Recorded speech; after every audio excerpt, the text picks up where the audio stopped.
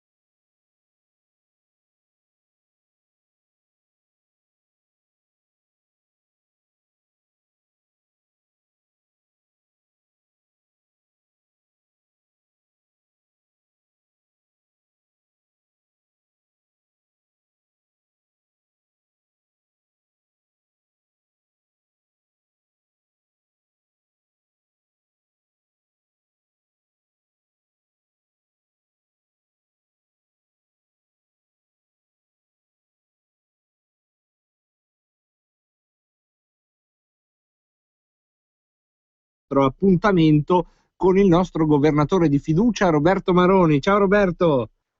Eccomi, ciao, complimenti per la colonna sonora, lo sentivo in sottofondo. Li giriamo a Davide Van der Sproos e ricordiamo che sarà in concerto a Pontida il 1° maggio, gratuito. Fantastico. Allora, prima però di parlare di Lombardia, come siamo soliti fare, ti chiedo un commento da ex ministro dell'Interno, perché stiamo assistendo ormai al naufragio dell'operazione Mare Nostrum, perché dopo altri 1200 migranti cosiddetti salvati, ci ritroviamo a fare i conti con una situazione che non funziona alla radice, perché sicuramente fa un favore agli scafisti, e questo non c'è bisogno di essere dei geni per capirlo, ma poi anche nella gestione dello Stato, da parte dello Stato, di questa che è un'emergenza che poi non viene gestita, vengono liberati sostanzialmente sul territorio e in tanti scappano. Qual è il tuo punto di vista? Tu che questa materia l'hai affrontata e l'hai affrontata di petto.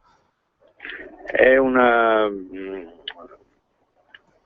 materia piuttosto complicata, perché si tratta di vite umane, naturalmente, di persone che rischiano la vita e bisogna intervenire, ma il modo in cui il governo italiano interviene è sbagliato sotto 2 punti di vista. Primo, le navi in mare servono a salvare le vite, sì, ma allora se si prendono in acque internazionali, sapendo oggi da dove partono, perché ci sono i satelliti e il GPS, si riportano lì, punto, e non si portano qua.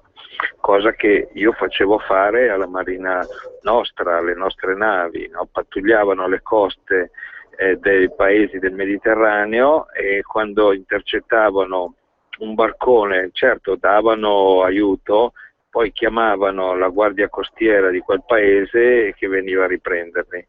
E noi invece, questo è un richiamo ed è un richiamo irresistibile che consente a gente senza scrupoli, agli scafisti, di fare affari. Purtroppo è così, al di là delle intenzioni, ma questa è la realtà. Ora, se è così, bisogna intervenire e cambiare il sistema, perché altrimenti si dà un aiuto agli scafisti e al traffico di esseri umani. Non si contrasta, non basta arrestare poi i presunti scafisti, perché il danno è fatto. Secondo errore è quello della gestione. Non si può fare come fa il governo, metterli su treni, su pullman, su aerei e spedirli in giro per l'Italia sperando che qualcuno intervenga. Purtroppo poi succede che scappano. L'altro giorno ho letto sul giornale una cosa un po' ridicola, se non fosse tragica, che nel trasporto dalla stazione al luogo di destinazione il pullman si è fermato al semaforo e questi sono scesi dal pullman al semaforo e sono scappati via. Non sono profughi, sono sedicenti profughi, presunti profughi, fino a che non c'è la concessione sono clandestini. La concessione del visto dato dalla Commissione sono da considerare clandestini, quindi vanno messi nei centri di identificazione ed espulsione per l'identificazione. E purtroppo invece che cosa non viene fatto? Che cosa doveva fare il governo? Fare quello che io avevo fatto quando è capitata l'emergenza anche a me, chiamare tutte le regioni e mettere attorno a un tavolo e capire chi aveva interesse a contribuire alla gestione. Qualche regione mi disse di no all'epoca e io non mandai in giro i clandestini così a caso, no? Ma coinvolgendo il territorio. Tutto questo non viene fatto. I prefetti mi dicono che ricevono la comunicazione poche ore prima dell'arrivo, un tanto a provincia, e devono pensare loro a come gestirli. Non funziona così, secondo grave errore del governo. Ecco, anche quando tu eri ministro dell'Interno c'è stata un'emergenza, e forse l'emergenza, perché nel 2011, dopo i bombardamenti alla Libia, sicuramente c'è stato un incremento degli sbarchi, ma attenzione, lì c'erano stati i bombardamenti alla Libia e ricordiamo, dal governo, la Lega e tu in particolare, ci si era opposti fermamente a quell'operazione, che è stata forse l'inizio del togliere, diciamo, le autorità legittime nel Nord Africa, belle o brutte che fossero, quantomeno erano interlocutori. Esatto, io poi mi ero dato molto da fare con la Tunisia, per esempio, ero andato 5-6 volte in Tunisia, avevo fatto un accordo per pattugliare il mare e per poi sia i cosiddetti respingimenti, che altro non è che quello che dicevo prima, cioè salvare le vite in mare ma poi riportarli da dove sono partiti, e poi anche per i rimpatri. I tunisini, i tunisini erano stati rimpatriati a decine di migliaia sulla base di un accordo che io avevo fatto con il governo tunisino, no? E questo è il disincentivo. Se tu spendi qualche migliaio di dollari per venire qua e poi sai che vieni rimpatriato perché vengono rimpatriati, non ci vieni più. E questo alla fine aveva funzionato. Era stata una vera emergenza umanitaria concentrata in 2-3 mesi, che avevamo gestito, primo facendo accordi appunto di rimpatrio e di pattugliamento, ma pattugliamento per rispedirli, non per portarli qua, e secondo coinvolgendo le regioni. La regione Lombardia, nessuna regione è stata coinvolta. L'altro giorno il mio assessore alla sicurezza, l'assessore Bordonali, è venuta a dirmi che era stata contattata dal prefetto per andare ad una riunione durante la quale il prefetto avrebbe detto quanti clandestini venivano distribuiti in ogni provincia, chiedendo il sostegno e il supporto delle strutture regionali. L'assessore Bordonali non è andata alla riunione, si è rifiutata di andare e ha fatto bene, perché noi non siamo l'ente che dà esecuzione a una decisione sbagliata presa in qualche sala a Roma. O siamo coinvolti oppure non è possibile per noi essere parte di una gestione sbagliata. Purtroppo sta funzionando così e sta funzionando male, perché poi questi scappano dai centri, non ci arrivano neanche, e dove vanno? E chi lo sa. Sono in giro sul territorio senza controllo, senza identificazione, si rifiutano di essere identificati e fotosegnalati, ma non esiste questa cosa. Uno non può arrivare qui e rifiutarsi. Se fosse un italiano gli fanno un mazzo così e lo mettono in galera. Arriva un clandestino, si rifiuta di farsi identificare, prego si accomodi, vada dove vuole. Non funziona così, non deve e non può funzionare così. Ecco, questo per quanto riguarda Mare Nostrum. Adesso andiamo un attimo in Regione Lombardia, perché è successa una cosa bella negli ultimi mesi. Del Consiglio regionale all'unanimità, e tante volte con te abbiamo chiacchierato il martedì su come a volte le differenze politiche non riescono insomma a fare sintesi per gli interessi del territorio, invece questa volta era successo all'unanimità. Il Consiglio regionale aveva approvato la legge, ha approvato la legge Impresa Lombardia, dove c'erano tante misure, una su tutte il marchio Made in Lombardy per rilanciare la produzione. Stiamo parlando di circa 500 milioni di euro in ballo. Ebbene, il governo l'ha impugnato davanti alla Corte Costituzionale. Sì, una decisione francamente incomprensibile, immotivata, sbagliata. Penso che sia un atto di ritorsione, perché noi siamo troppo bravi, siamo troppo avanti. Noi ci faremo sentire naturalmente, perché è una vera follia.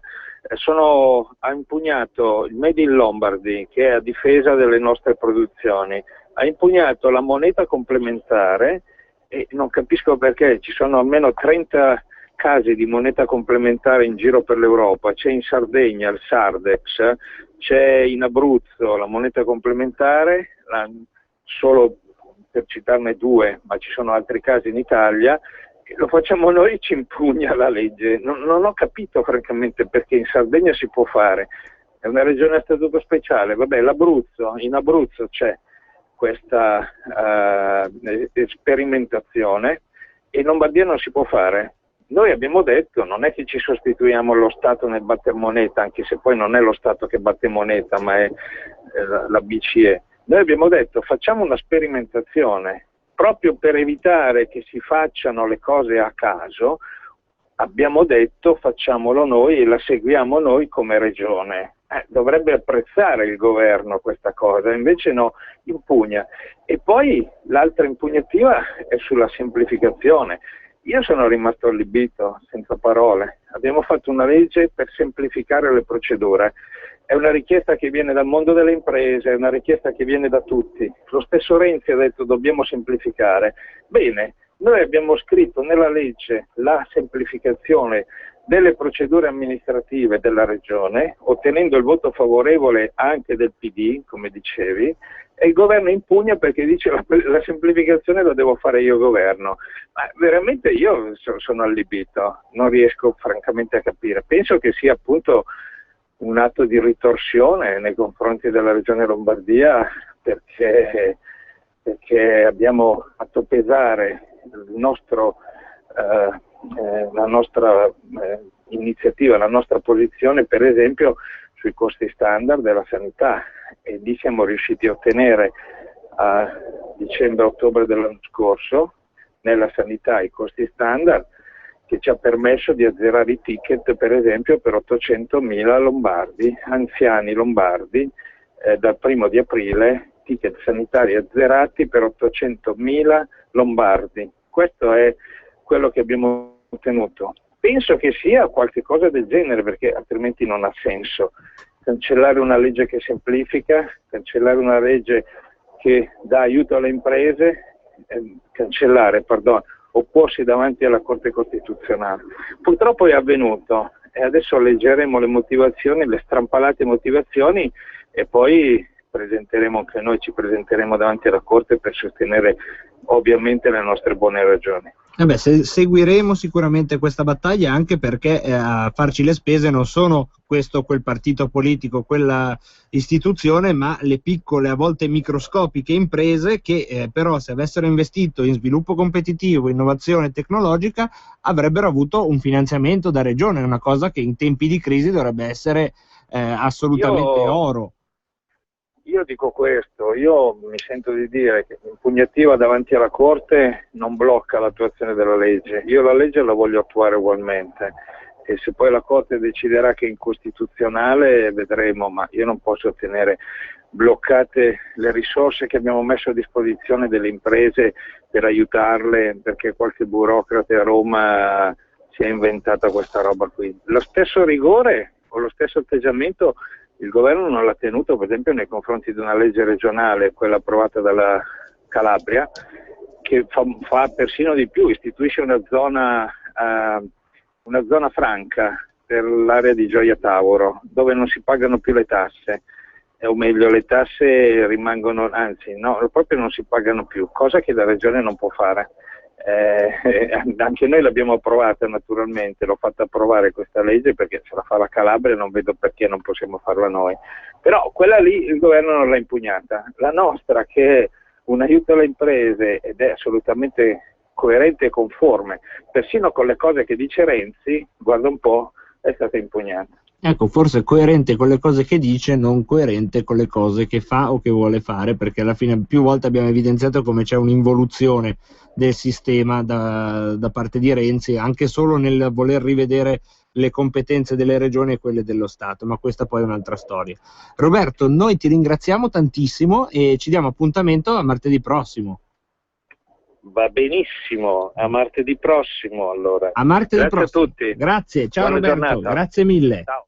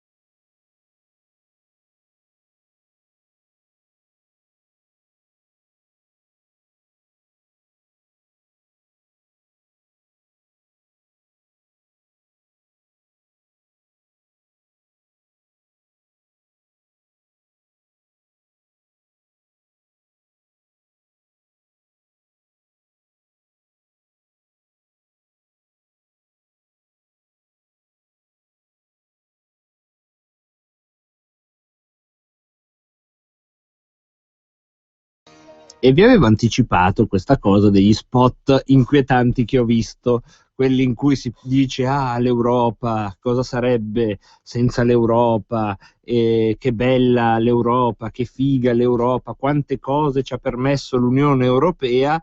E la cosa inquietante nell'inquietante è che questi spot della Rai finiscono con lo slogan non influenzare ma parliamone, che è come se io da Radio Padania vi dicesse ma io non vi voglio influenzare sull'euro o sul buon governo ad esempio della regione Lombardia, voglio solo parlarne. Cioè, pensate che gesto di terribile ipocrisia che sarebbe. Ma c'è di più, perché non solo la TV ma anche la carta stampata da tempo ha incominciato a dare spazio alle teorie no euro, cercando insomma di ridicolizzare e le teorie e i suoi, diciamo così, paladini. Oggi sul Foglio c'è un'intera paginata dedicata a quelli che vengono definiti la carica dei freak no euro, e tra questi viene messo anche il nostro, e dico nostro perché come sapete tra le mie incombenze c'è quella anche di condurre i Basta Euro Day, c'è anche il nostro Alberto Bagnai, a cui si rimprovera il fatto sostanzialmente di aver dedicato il suo blog niente poco di meno che a Pippo, e di fare sua una citazione manifesto proprio di Pippo, e quando dico Pippo parlo proprio quello di Topolinia, che è questa: è strano come una discesa vista dal basso somigli a una salita. Beh, probabilmente è troppo per lo status quo vedere un professore universitario che si definisce socialista, populista, nazionalista per combattere l'euro, e che addirittura possa citare Pippo. Ma questo freak no euro è in linea con noi. Ciao Alberto! Ciao Marco, sì, ho letto con un certo divertimento questo articolo, che è testimonianza del fatto che un certo tipo di stampa di regime, che è quella che per lo più sta chiudendo i battenti, perché i giornali su carta stampata stanno fallendo meritatamente uno dopo l'altro, il tipo di paura, di panico che questa stampa di regime ha. L'articolo fatto da un giornalista che diciamo non conoscevo, che ha scritto 2 libri che nessuno ha letto e che ha provato a fare un articolo ironico che non ha fatto ridere nessuno, era un articolo costruito facendo un collage così di frasi estrapolate dal contesto, frasi che nel loro contesto volevano essere ironiche. Il richiamo a Pippo nel mio blog in realtà ha un fondo serio, che è questo: l'informazione che ci viene data sui fatti economici è sempre unilaterale, cioè se si parla di debito si dimentica sempre che dall'altra parte è un credito. Ecco, abbiamo forse qualche problema di linea, perché ci aveva indicato che appunto la telefonata l'avrebbe raggiunto in viaggio, ma non c'è problema, perché il nostro pronto regista Giulio Carnelli è già ricorso al telefono, è vero, e sta digitando i numeri di nuovo, e tra poco riavremo Alberto Bagnai in linea con noi. Però signori, qua la situazione si fa strana, perché ho 2 sensazioni riguardo a questa propaganda contro gli euroscettici cosiddetti. La prima è ovviamente un naturale fastidio, perché quando vedi in televisione uno spot che sembra uscito dall'Istituto Luce, e dico di più, neanche con quel brio dell'Istituto Luce, perché magari avessero quel tono propagandistico che quantomeno fa sorridere, invece no, sibillina con i soldi pubblici, perché sulla Rai e il richiamo alle istituzioni, ma che bella l'Europa. Addirittura in uno degli spot dicono alcuni ancora non capiscono la bellezza dell'Europa, quindi siamo veramente al sibillino e al terribile. La prima sensazione, dicevo, è di fastidio, ma la seconda è una sensazione invece più positiva, perché dico cavoli, ma se adesso incominciano a fare degli spot a favore dell'Unione Europea, se si incomincia a demonizzare la battaglia anti-euro da parte di vari giornali, e purtroppo oggi dobbiamo parlare del Foglio, che invece a volte è uno dei giornali che riesce ancora a conservare degli sprazzi di lucidità, no? Ecco, allora, Alberto, ci sei? È un punto sul quale insiste con grande intelligenza anche Claudio Borghi, un altro economista, il quale fa capire che, come dire, non si può dire che se usciamo dall'euro il debito in euro esploderà e quindi non riusciremo a ripagarlo, però al tempo stesso i nostri risparmi scompariranno. Ma come, scusa, se uno ha investito i soldi in titoli di Stato e quelli diventano tanto cari, tu hai i tuoi risparmi in quei soldi lì, diventi più ricco.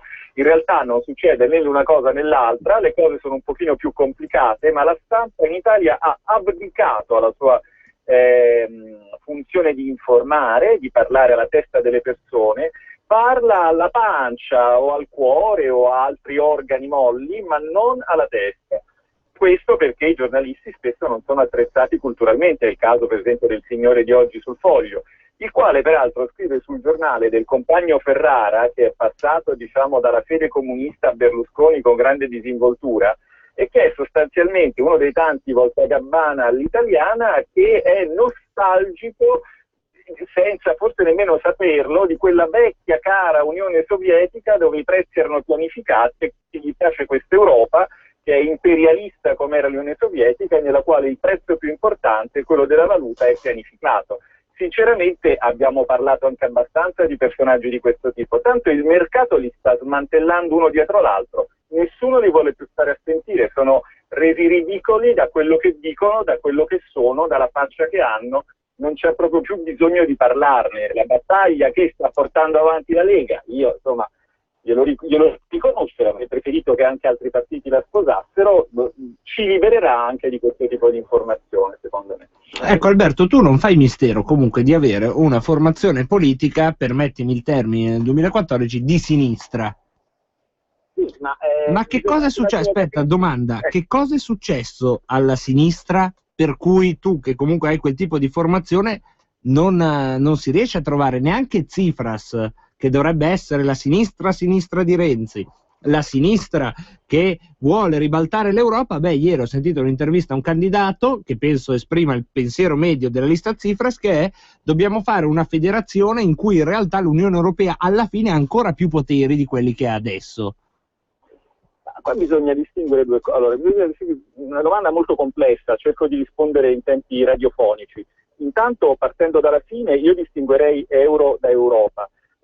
Sappiamo benissimo, per confessione di chi ha messo su questo progetto, e parlo di Delors, parlo di Padoa-Schioppa, eccetera, eccetera, che cominciare l'integrazione europea dalla moneta serviva a costringere i cittadini europei ad, come dire, accettare il disegno di un super stato europeo. Questo lo hanno detto. Hanno detto chiaramente: sappiamo che la moneta unica non funziona, ma ci sarà una crisi e sarete costretti ad accettare gli Stati Uniti d'Europa. Gli Stati Uniti d'Europa sono un disegno antistorico e antidemocratico, significa portare le istituzioni verso un centralismo sostanzialmente di Bruxelles, lontano dal controllo democratico dei cittadini, perché la grande impresa, le grandi lobby possano farsi i fatti loro. Per quel che riguarda me, io purtroppo ho scoperto nella mia maturazione culturale, economista e politica, sociale, che la sinistra si è fatta complice per motivi che non so, sono forse più nel campo degli storici che in quello degli economisti, si è fatta complice di questo disegno,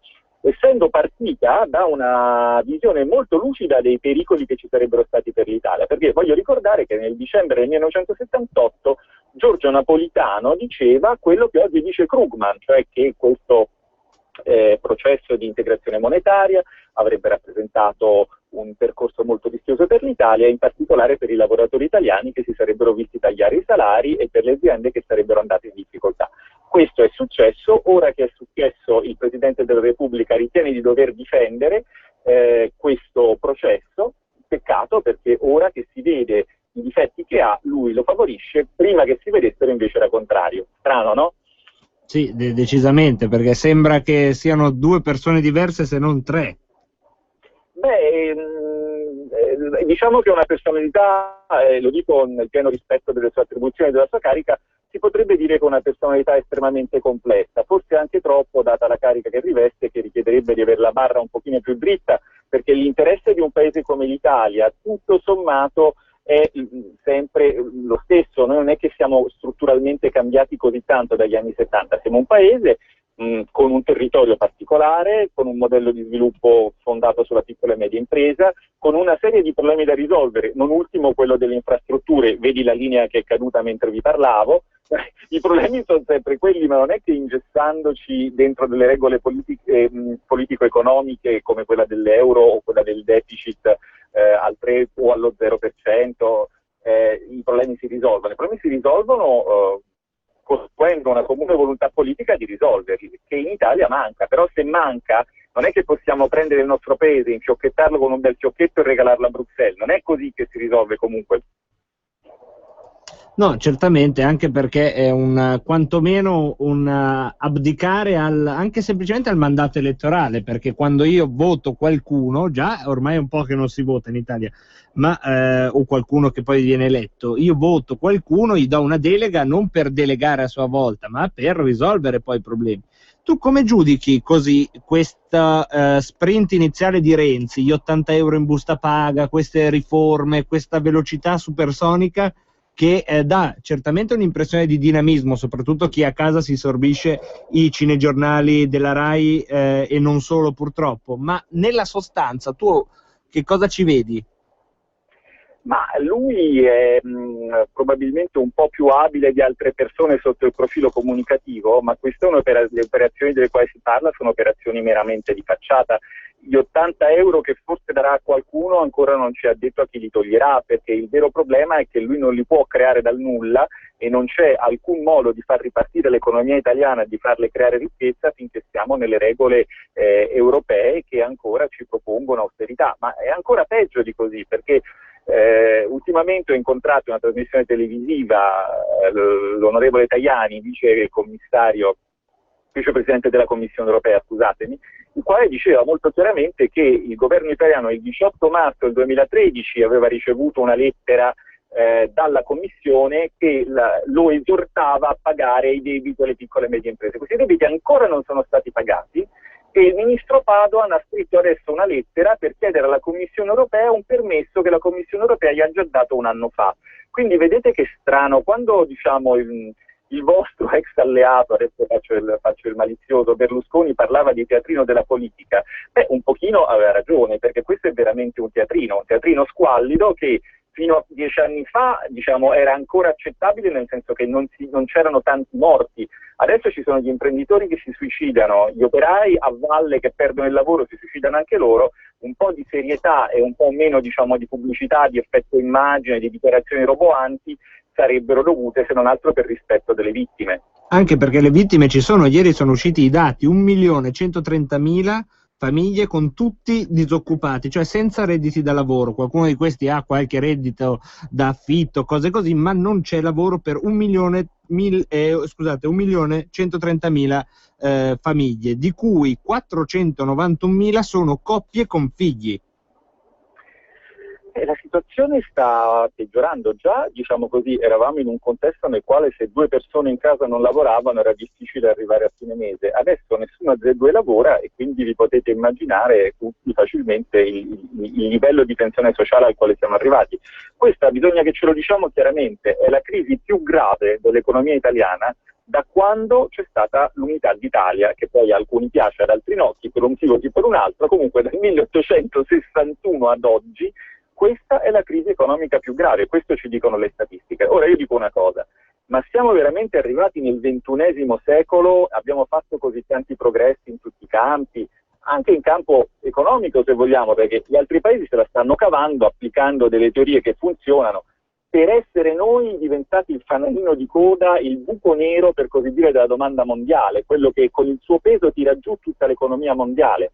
È veramente un'assurdità. E questa assurdità si spiega nel gioco politico fra i vari paesi europei, nel modo in cui i paesi come l'Italia hanno, diciamo, rifiutato di prendere una parte attiva e di farsi rispettare in sede europea. Io auspico molto che con queste elezioni si riesca a mandare in Europa qualche persona competente che riesca a far sentire la voce del nostro paese, perché questo è fondamentale in questa fase. Anche perché in queste elezioni indirettamente ma si voterà anche il Presidente della Commissione europea, giusto?